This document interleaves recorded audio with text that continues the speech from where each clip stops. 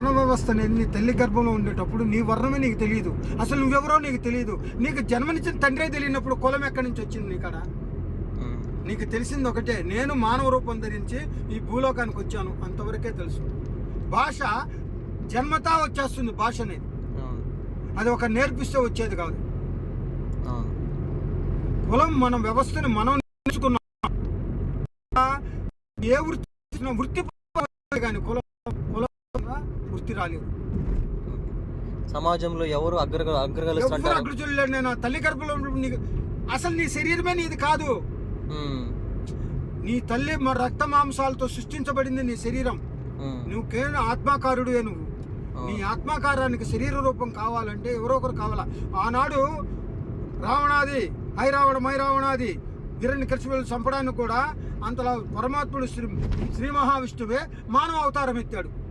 ఆయన సూక్ష్మ రూపంలో చక్రాన్ని వదిలేస్తే సంహరించవచ్చు కదా. ఒక రూపం ఎత్తాలంటే ఆయనకు ఒక రూపం కావాలి. అది ఏ రూపం ఉండాలో? మానవాకారం. అన్నింటిలో కల్లా శక్తివంతమైంది మానవాకారం. ఎందువల్లంటే ఎంత శక్తివంతం అనేది చిన్న రుజువు. మన వెంకటేశ్వర స్వామి ఈ రోజు కైలాసం వైకుంఠాన్ని వదిలేసి భూమి మీదకి వచ్చిన్నాడంటే భృగు మహర్షి కాలుతో కొట్టాడు. అంటే అంత శక్తి సంపన్నుడు మానవుడు. కొంతమంది అగ్రవర్ణాల వాళ్ళు అంటే మేమే గొప్ప, అది మత పెద్దలు ఎప్పుడు గొప్పలు. వాడైనా మరుభూమి పోవాల్సింది ఆ చాండాలు చేతుల నుంచి భూమిలో పెట్టుకోవాలా.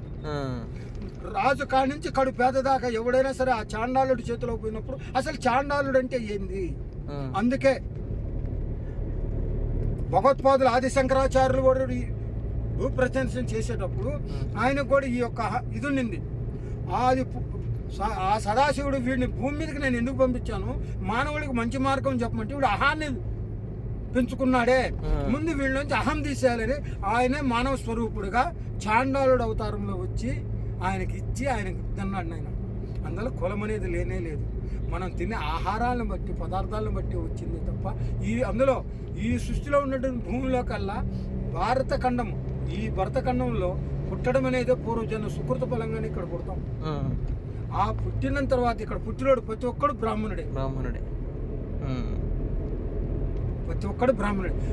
మామూలుగా బాపడు, వీళ్ళని ఏమంటారంటే బాపడు.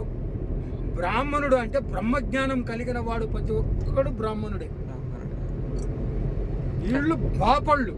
దానిలో ఉన్న నియమాలు పాటించాలంటే వాళ్ళు మేమే అగ్రం అని చెప్పి వాళ్ళకి వాళ్ళు పెంచుకున్నారు తప్ప ఇది ఇంకోరు పెంచింది ఇంకోరు పరంగా ఇచ్చింది కాదు.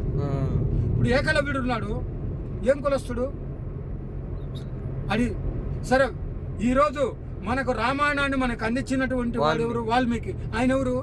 అటవికుడే. ఆయన ఏమైనా బ్రాహ్మణ కులం నుంచి పుట్టి వచ్చాడా? సరే, వ్యాస భగవానుడు దేంట్లో నుంచి వచ్చాడు?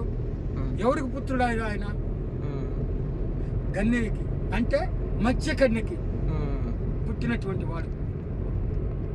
అంటే ఆయన బెస్తాడే కదా లెక్క.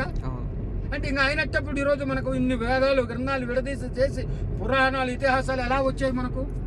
అందువల్ల కులం అనేది మనం సృష్టించుకుంది. నాయన నువ్వు తినే ఆహారము ఎక్కడిది? ఇప్పుడు బ్రాహ్మణులు అంటారు, అబ్బా మేము భోజనం చేయమండి, మేము శుచిగా ఉండే చోట భోజనం చేస్తాం. ప్రయాణం చేస్తుంటే ఏదైనా హోటల్కి పోతాడు, ఆడ బాగుందంటే నాకే తింటాడు. ఆ లోపల ఉండింది ఎవడు తెలియదు, ఎవడో తెలీదు. అని వాడు శుచి శుచితో ఉండాడని తెలుసా?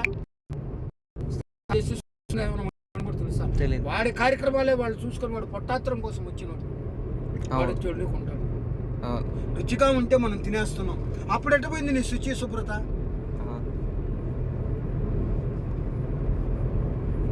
శుచి శుభ్రత కలిగినవాడు శుచి శుభ్రత కలిగినవాడు.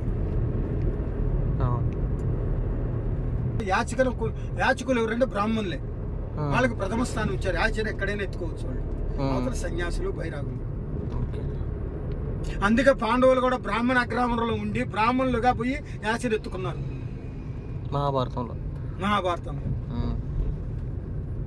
Okay sir.